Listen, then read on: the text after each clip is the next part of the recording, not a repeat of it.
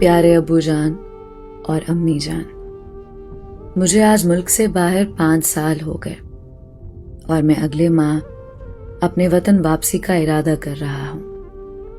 میں نے اپنے ویزا کے لیے جو قرض لیا تھا وہ ادا کر چکا ہوں، اور کچھ اخراجات پچھلی چھٹی پر ہو گئے تھے تحفے تحائف لینے میں، اور کچھ دیگر اخراجات۔ اب میرے پاس کوئی بڑی رقم موجود نہیں، لیکن میری صحت ابھی ٹھیک ہے اور میں خود کو اس قابل سمجھتا ہوں کہ پاکستان جا کر کوئی بھی اچھی نوکری کر سکوں اور گھر کے اخراجات چلا سکوں۔ یہ جگہ مجھے پسند نہیں ہے، میں اپنے گھر رہنا چاہتا ہوں۔ آپ کی کیا رائے ہے اس بارے میں؟ آپ کا پیارا جمال۔ پیارے بیٹے جمال، تمہارا خط ملا اور ہمیں تمہاری چھٹی کے بارے میں پڑھ کر خوشی ہوئی۔ باقی تمہاری امی کہہ رہی تھی کہ گھر کی حالت بہت خراب ہو رہی ہے، اور تم جانتے ہو برسات شروع ہونے والی ہے۔ یہ گھر رہنے کے قابل نہیں ہے۔ گھر چونکہ پرانی اینٹوں اور لکڑیوں سے بنا ہے، اس لیے اس کی مرمت پر کافی خرچ آئے گا۔ ہم سوچ رہے ہیں کہ کنکریٹ اور سیمنٹ سے بنا ہوا گھر ہو تو بہت اچھا ہو۔ ایک اچھا اور نیا گھر وقت کی ضرورت ہے۔ تم جانتے ہو یہاں کے کیا حالات ہیں۔ اگر تم یہاں آ کر کام کرو گے تو اپنی محدود سی کمائی سے گھر کیسے بنا پاؤ گے؟ خیر، گھر کا ذکر تو ویسے ہی کر دیا، آگے جیسے تمہاری مرضی۔ تمہاری پیاری امی اور ابو۔ پیارے ابو جان اور امی جان، میں حساب لگا رہا تھا، آج مجھے پردیس میں 10 سال ہو چکے ہیں۔ اب میں اکثر تھکا تھکا رہتا ہوں، گھر کی بہت یاد آتی ہے، اور اس ریگستان میں کوئی ساتھی نہیں ہے۔ میں سوچ رہا ہوں اگلے ماہ ملازمت چھوڑ کر ہمیشہ کے لیے گھر آ جاؤں۔ 10 سال کے عرصے میں الحمدللہ ہمارا پکا گھر بن چکا ہے، اور ہمارے اوپر جو قرضے تھے وہ بھی میں اتار چکا ہوں۔ اب چاہتا ہوں کہ اپنے وطن آ کر رہنے لگ جاؤں۔ اب پہلے والی ہمت تو نہیں رہی، لیکن پھر بھی کچھ نہ کچھ کر کے ٹیکسی چلا کے گھر کا خرچ چلا لوں گا۔ اس ریگستان سے میرا جی بھر گیا ہے۔ اب اپنے بچوں کے ساتھ رہنا چاہتا ہوں۔ آپ کی کیا رائے ہے؟ آپ کا پیارا جمال۔ پیارے بیٹے جمال، تمہارا خط ملا اور ہم پچھتا رہے ہیں اس وقت کو جب ہم نے تمہیں باہر جانے دیا۔ تم ہمارے لیے اپنے لڑکپن سے ہی کام کرنے لگ گئے۔ ایک چھوٹی سی بات کہنی تھی بیٹا، تمہاری بہنا زینب اب بڑی ہو گئی ہے، اس کی عمر 20 سے اوپر ہو گئی۔ اس کی شادی کے لیے کچھ سوچا؟ کوئی بچت کر رکھی ہے اس کے لیے کہ نہیں؟ بیٹا، ہماری تو اب یہی خواہش ہے کہ زینب کی شادی ہو جائے اور ہم اطمینان سے مر سکیں۔ بیٹا، ناراض مت ہونا، ہم تم پر کوئی بوجھ نہیں ڈالنا چاہتے۔ تمہاری پیاری امی اور ابو۔ پیارے ابو جان اور امی جان، آج مجھے پردیس میں 14 سال ہو گئے۔ یہاں کوئی اپنا نہیں ہے۔ دن رات گدھے کی طرح کام کر کے میں بیزار ہو چکا ہوں۔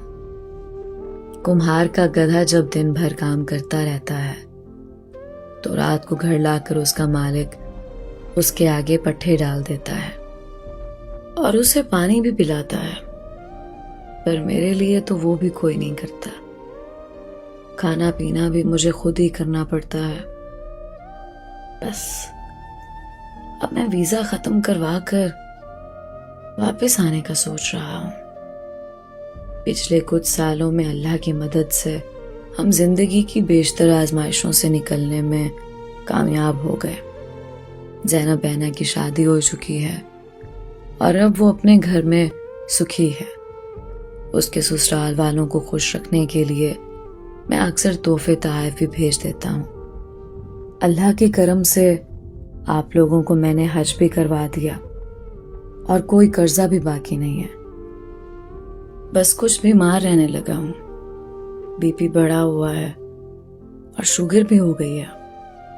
لیکن جب گھر آؤں گا گھر کے پرسکون ماحول میں رہوں گا اور گھر کا کھانا کھاؤں گا تو انشاءاللہ اچھا ہو جاؤں گا. اور ویسے بھی اگر یہاں مزید رہا تو میری تنخواہ تو دوائی دارو میں چلی جائے گی. وہاں آ کر کسی حکیم سے سستی دوائی لے کر کام چلا لوں گا. اب بھی مجھ میں اتنی سکت ہے کہ کوئی ہلکا کام جیسے پرائیویٹ گاڑی چلانا کر لوں گا. آپ کا پیارا جمال. پیارے بیٹے جمال، بیٹا ہم تمہارا خط پڑھ کر کافی دیر روتے رہے. اب تم پردیس مت رہنا، لیکن تمہاری بیوی زارا نے کچھ کہنا تھا تم سے، اس کی بات بھی سن لو. پیارے جمال، میں نے کبھی آپ کو کسی کام کے لیے مجبور نہیں کیا اور کسی چیز کے لیے کبھی ضد نہیں کی، لیکن اب مجبوری میں کچھ کہنا پڑ رہا ہے مجھے. آپ کے بھائی جلال کی شادی کے بعد آپ کے والدین تو مکمل طور پر ہمیں بھول چکے ہیں. ان کا تمام پیار نئی نویلی دلہن کے لیے ہے. میں نے تو یہ بھی سنا ہے کہ وہ آبائی گھر جلال کو دینے کا سوچ رہے ہیں. ذرا سوچئے، اگر آپ یہاں آ گئے اور مستقبل میں کبھی اس بات پر جھگڑا ہو گیا تو ہم اپنے چھوٹے چھوٹے بچے لے کر کہاں جائیں گے؟ اپنا گھر ہر انسان کی بنیادی ضرورت ہے. آپ کو پتہ ہے سیمنٹ سریا کی قیمتیں کتنی ہیں؟ مزدوروں کی دہاڑی آسمان سے باتیں کر رہی ہے. یہاں رہ کر ہم کبھی بھی اپنا گھر نہیں بنا سکیں گے. لیکن میں آپ کو پریشان نہیں کرنا چاہتی. آپ خود سوچ سمجھ کر فیصلہ کریں. آپ کی پیاری زہرا. پیاری شریک حیات زہرا، 19واں سال چل رہا ہے پردیس میں اور 20واں بھی جلد ہی ہو جائے گا. اللہ کے فضل سے ہمارا نیا علیحدہ گھر مکمل ہو چکا ہے اور گھر میں آج کے دور کی تمام آسائشیں بھی لگ چکی ہیں. اب تمام قرضوں کے بوجھ سے کمر سیدھی ہو چکی ہے میری. اب میرے پاس ریٹائرمنٹ فنڈ کے سوا کچھ نہیں بچا. میری نوکری کی مدت بھی اب ختم ہو گئی ہے. اس ماہ کے اختتام پر کمپنی میرا ریٹائرمنٹ فنڈ جو کہ 25,000 درہم ہے جاری کر دے گی. اتنے لمبے عرصے اپنے گھر والوں سے دور رہنے کے بعد میں بھول ہی گیا ہوں کہ گھر میں رہنا کیسا ہوتا ہے. بہت سے عزیز دنیا سے کوچ کر چکے ہیں اور بہت سو کی شکل تک مجھے بھول گئی ہے.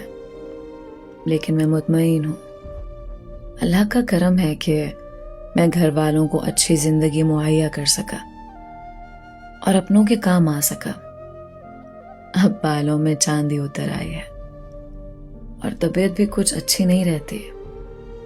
ہر ہفتہ 1.5 بعد ڈاکٹر کے پاس جانا پڑتا ہے. اب میں واپس آ کر اپنوں میں رہوں گا، اپنی شریک حیات اور عزیز جان بچوں کے سامنے. تمہارا شریک سفر جمال. پیارے جمال، آپ کے آنے کا سن کر میں بہت خوش ہوں. چاہے پردیس میں کچھ لمبا قیام ہی ہو گیا، لیکن یہ اچھی خبر ہے. مجھے تو آپ کے آنے پر کوئی اعتراض نہیں. لیکن بڑا بیٹا احمد ہے نا، وہ ضد کر رہا ہے کہ یونیورسٹی آف لاہور میں ہی داخلہ لے گا. میرٹ تو اس کا بنا نہیں، مگر سیلف فنانس سے داخلہ مل ہی جائے گا. کہتا ہے کہ جن کے ابو باہر ہوتے ہیں سب یونیورسٹی آف لاہور میں ہی داخلہ لیتے ہیں. پہلے سال 4 لاکھ فیس ہے اور اگلے 3 سال میں ہر سال 3 لاکھ. اور ہم نے پتہ کروایا ہے تو یونیورسٹی والے انسٹالمنٹ میں فیس بھرنے پر راضی ہو گئے ہیں. اس ماہ کی 30 تک فیس کی پہلی قسط بھرنی پڑے گی. آپ کے جواب کے منتظر، آپ کی پیاری زہرا.